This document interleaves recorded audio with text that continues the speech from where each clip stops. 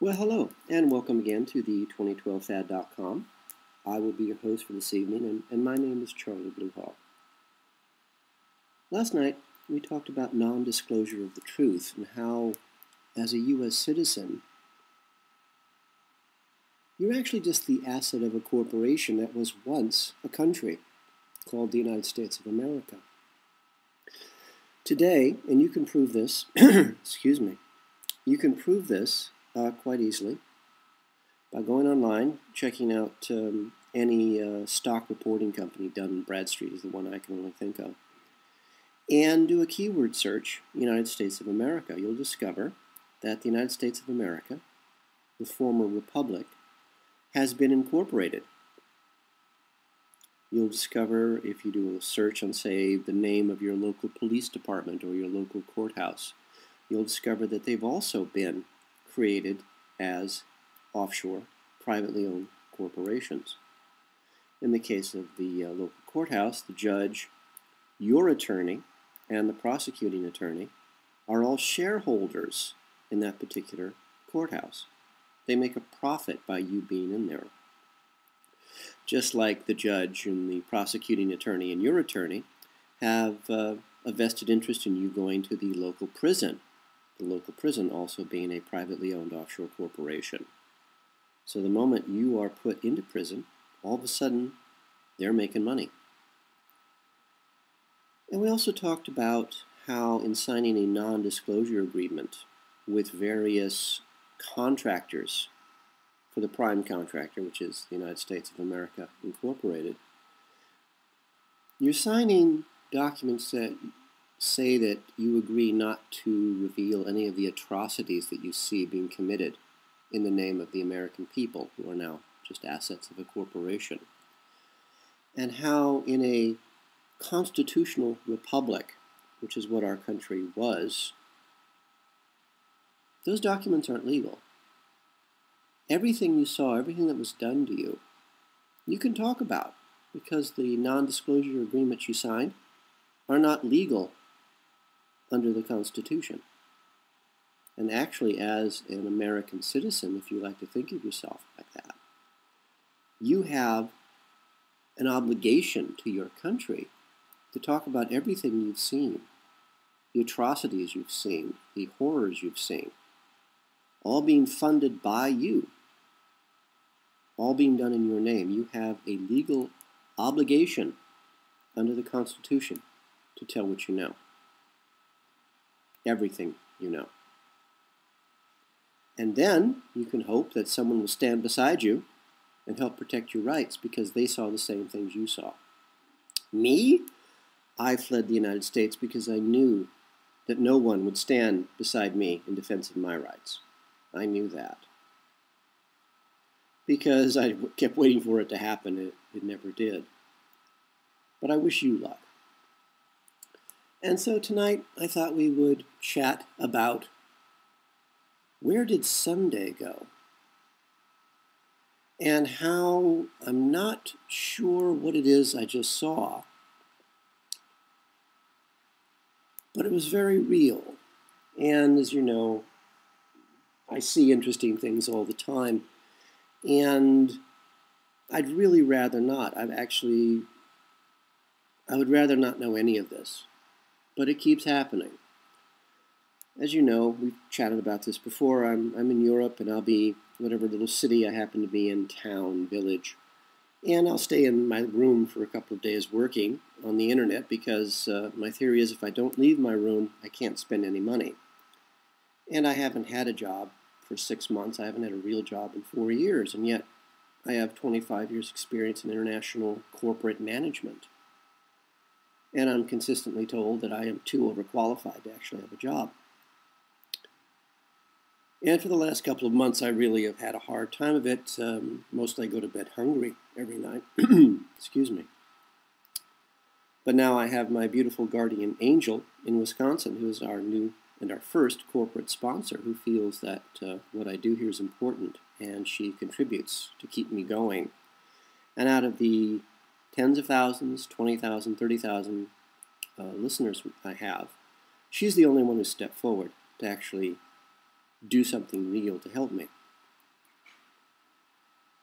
But these odd things keep happening to me, and they've happened to me all my life.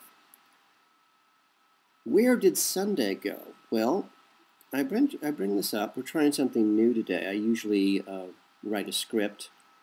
It's only a couple of pages and gives me a sort of a flow, and then I simply ad-lib from there because I have been doing this for a couple of decades now. Today I'm trying this without a script and see what happens.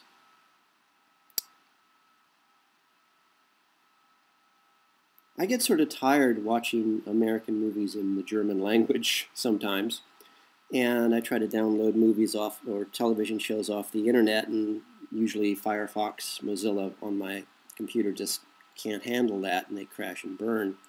So when I fled New Zealand, I took half of my DVD collection with me.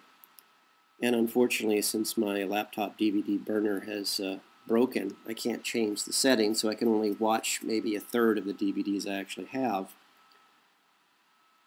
And so I tend to watch the same DVDs over and over again, so I know them pretty well.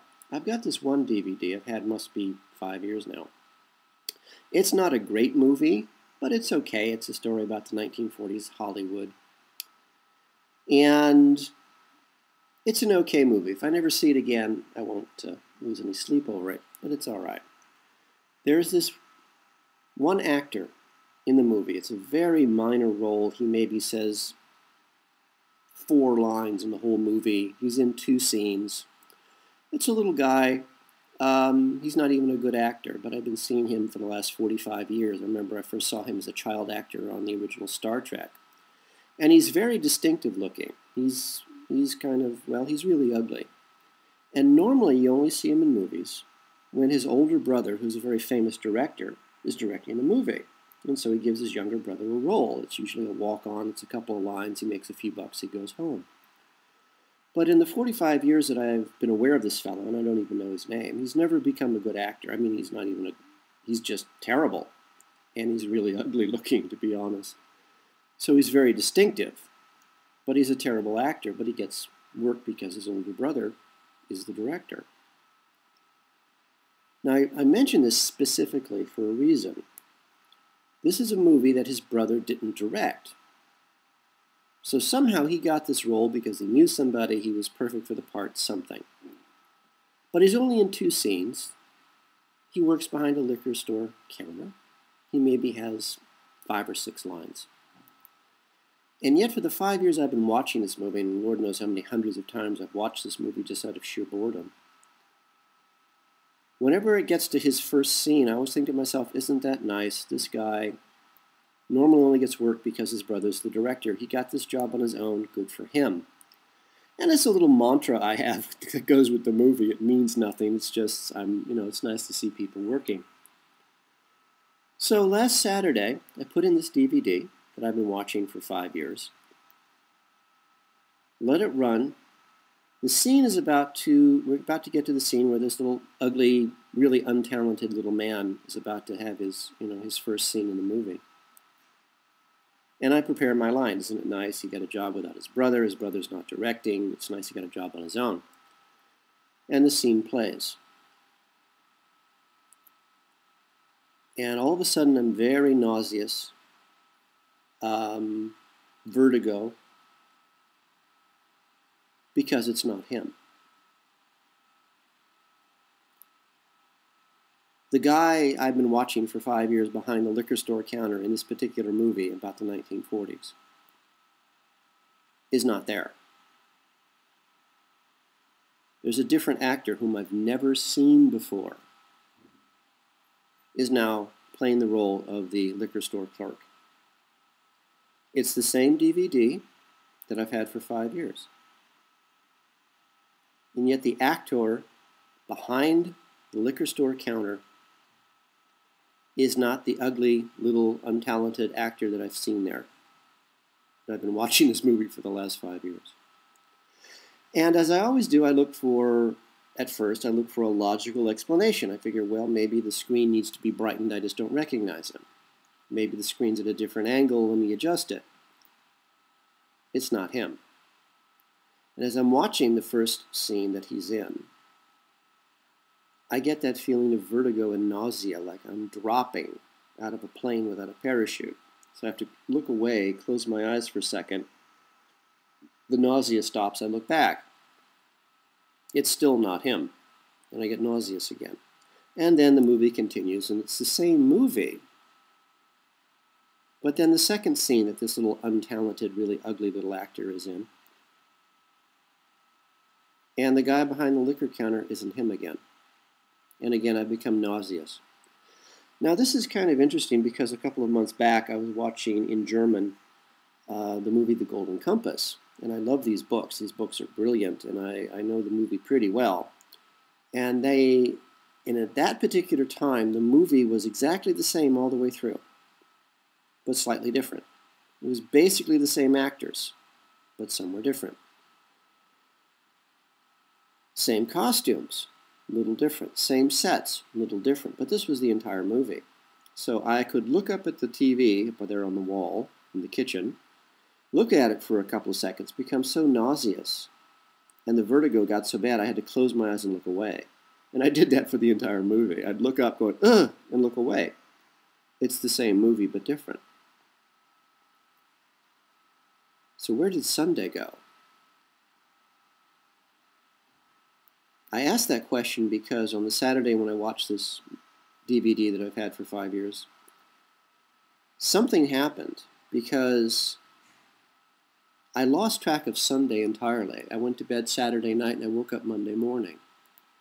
And yet I looked at my records of emails, and it shows very clearly that I sent out emails on Sunday. I just don't have any conscious recollection of Sunday at all after watching this movie that I've been watching for 5 years, and the little guy behind the liquor store counter is someone else. I have no explanation. You would think that my walking from my little room to the village store and going down the same street every couple of days and discovering that the street itself had changed. It's no longer a street connecting to the main boulevard, and then I turn right and I walk up the street to the crosswalk. I go across the street, there's the store. And then one day I get to the end of the street. It's no longer a throughput or a throughway or whatever you would call it, a connecting road. Now there's a park there. Now there are benches, there are trees, there are shrubs, there's a wall, obviously been there for decades. You would think that that would bother me more than the fact that not even my favorite movie, just a movie I've had for 5 years, one character in 2 different scenes makes me nauseous and gives me vertigo. But walking down the street and discovering that the street no longer connects to the main boulevard, there's now a park at the end, you'd think that would, set me off, but that doesn't bother me for some reason. And honestly, I do. I try to find logical explanations for these things. True, I haven't had much to eat in the last couple of months, so malnutrition definitely is an issue. I've lost so much weight, I'm literally just, I was going to say sticks and stones, that doesn't sound right, skin and bones. Looks like I swallowed a beach ball, but the rest of me is like a skeleton. True, I don't sleep very much anymore. When I can sleep at all, it's like I'm a corpse. So malnutrition, possible. Lack of sleep, definitely possible. I don't smoke, I don't drink, I don't do drugs. I wish I did. I could quit, I'd get better, and we would not be having these conversations. So I don't have an explanation that's logical yet. Now, you and I chatted at one time about the fact that Western scientists have finally admitted that there are 8 other dimensions coexisting with ours, right here, right now. And you and I talked about a dimension. The only reason that you and I can talk, we can touch, we can kiss, we can shake hands, we can share a cup of coffee, is because you and I, at the atomic level, vibrate at the same frequency. And because our atoms vibrate at the same frequency, we can talk, we can see each other, we can share a cup of coffee, we can walk through the park and watch the streets change together. Other dimensions exist in the same time, that we're in the same place we're in. Because each of those dimensions vibrates at a slightly different frequency. We talked about your car radio, the old ones where you had to manually adjust the knobs, where your favorite radio station is at 100.0 on the FM radio dial. So because your radio is tuned to the same frequency as your favorite radio station, you can hear your radio station. But if you adjust your radio to 100.1 on the FM radio dial, you'll hear a totally different radio station, because that different radio station is broadcasting at a different frequency. So multiple dimensions, and there are probably millions, if not billions or trillions of them here, in the same place you and I are at the same time you and I are at. But they can all coexist in the same time and in the same physical space because they're all a different frequency. I bring this up because, as we've chatted about in the past, I'll be driving through Hollywood and I'll see entire buildings appear or disappear. I still remember in Silver Lake, a suburb of Los Angeles, driving down Sunset Boulevard to go to my weekly singing lesson. And instead of the parking lot at the front of the tire store, I saw a Circuit City. It just appeared in less than a week. And I actually stopped at one point and walked into that Circuit City store in Silver Lake that appeared out of nowhere. Quite obviously had been there for years. And I saw the same phenomena in Wellington, New Zealand. Not as extreme because Wellington's a very small place. But I saw stores appear and disappear on a regular basis. I've seen the same thing here in Europe. Stores appearing, disappearing, moving down a couple of storefronts from where it was. And again, obviously, it was there for years. So I guess my question is, what if the universe is not changing at all? What if this dimension that I'm in hasn't changed in years, never has? It's completely stable. What if I'm the one that's changing? What if, for some reason, whatever the reason may be, the frequency that my atoms, my atomic structure, my body is vibrating on has shifted from 100.0 on the FM radio dial and has shifted to 100.2 on the FM radio dial? What if the variable that I've been looking for isn't something external? What if it's me? What if, for some reason, I have no idea why or how or anything, what if my atomic structure, the vibration at which I exist at, changes? Just like you adjust the radio stations on your old manual radio in your car.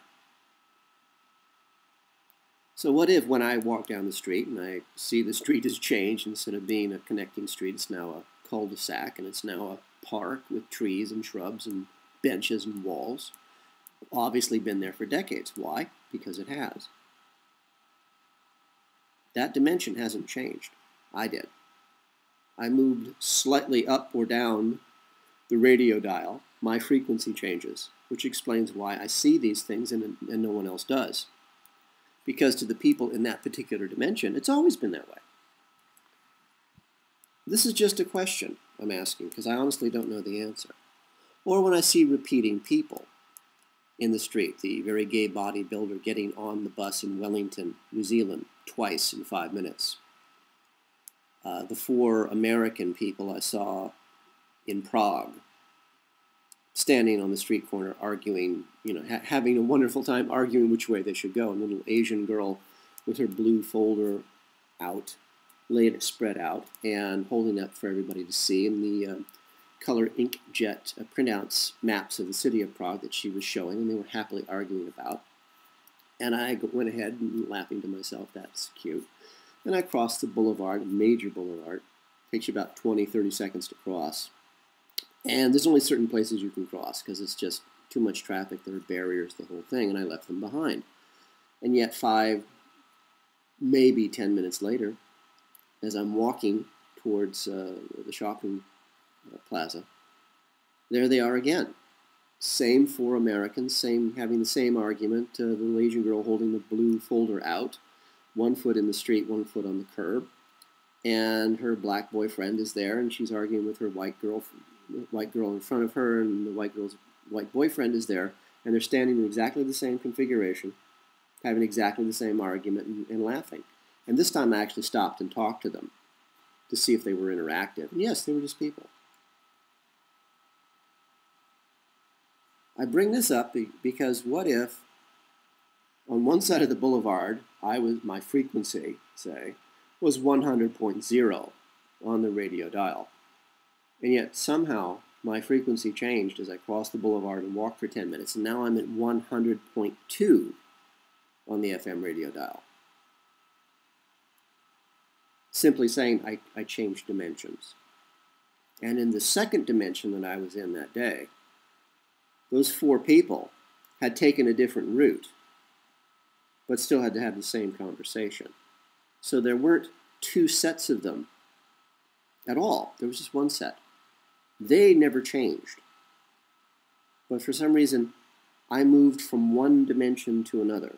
My frequency of my body changed just enough to move me to another dimension that was just slightly adjacent to where I was. I'm just asking because I honestly don't know the answer. I really don't know. I'm just trying to figure it out. I mean, we could talk about, there have been so many nuclear explosions caused by our masters because it's evil and destructive, and that's basically why they do things, because it's evil and destructive, and they just enjoy hatred and horror so much.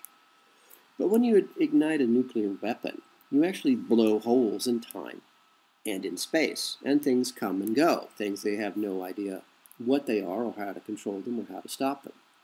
There's something called the Philadelphia experiment, which happened back in the 1940s, and they're still trying to clean up the mess that caused by moving things through time and space, crossing dimensional barriers.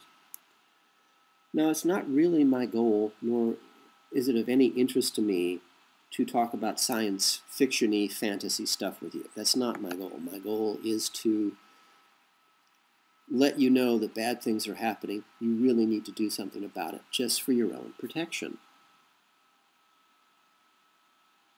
That said, these things happen to me all the time.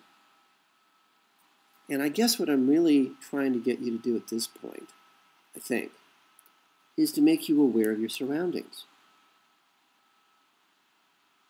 Be aware of what's happening around you. Pay attention to the things that you see around you. Be aware of them. Because that's really the first step into freeing yourself. You need to be aware of what's going on.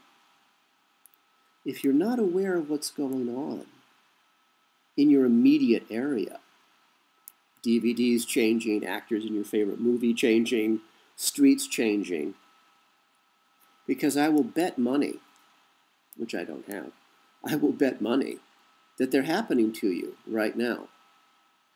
And there's something in the human mind, in the human psyche, that doesn't allow us to see things as they really are. There's some sort of filter in our minds that say, no, I didn't see that. If I saw that, I'd have to explain it. If I saw it, I'd have to figure it out. But it scared me, so I never saw it. And this is something I'm very aware of. I've had this experience with people all my life. When I was very, very, very small, living with yet another group of CIA, U.S. Army intelligence street thugs and their families as, I guess, part of their cover, they would tell me, you never saw that. That never happened. And as a very small child, I must have been really gutsy because I looked at them and said, yeah, I saw that. It really did happen. And they proceeded to break my bones and beat me into unconsciousness. And apparently, well, honest to God, I'm just not that smart because I never did figure out that telling the truth and being beaten senseless and having my bones broken were sort of related, and I really shouldn't do that. But really, at this point in our history, we really need to take that risk. You really need to take that risk and say, yeah, I saw that. Yeah, that really did happen. Now might be a really good time to start doing that.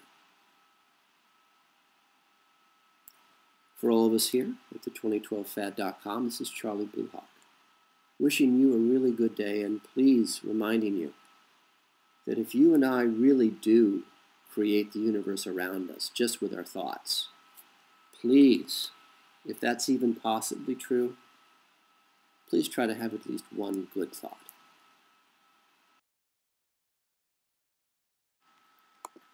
The 2012 Fad is brought to you by Coffee and Blood, Love Letters Between the Dead, a series of 5 erotica horror novels about a fallen angel finding his way back to regain his own soul, and how the CIA war against the human race, their black magic, captures and traps him in the body of a mind-controlled slave designed to hunt down and to kill their god, their Satan.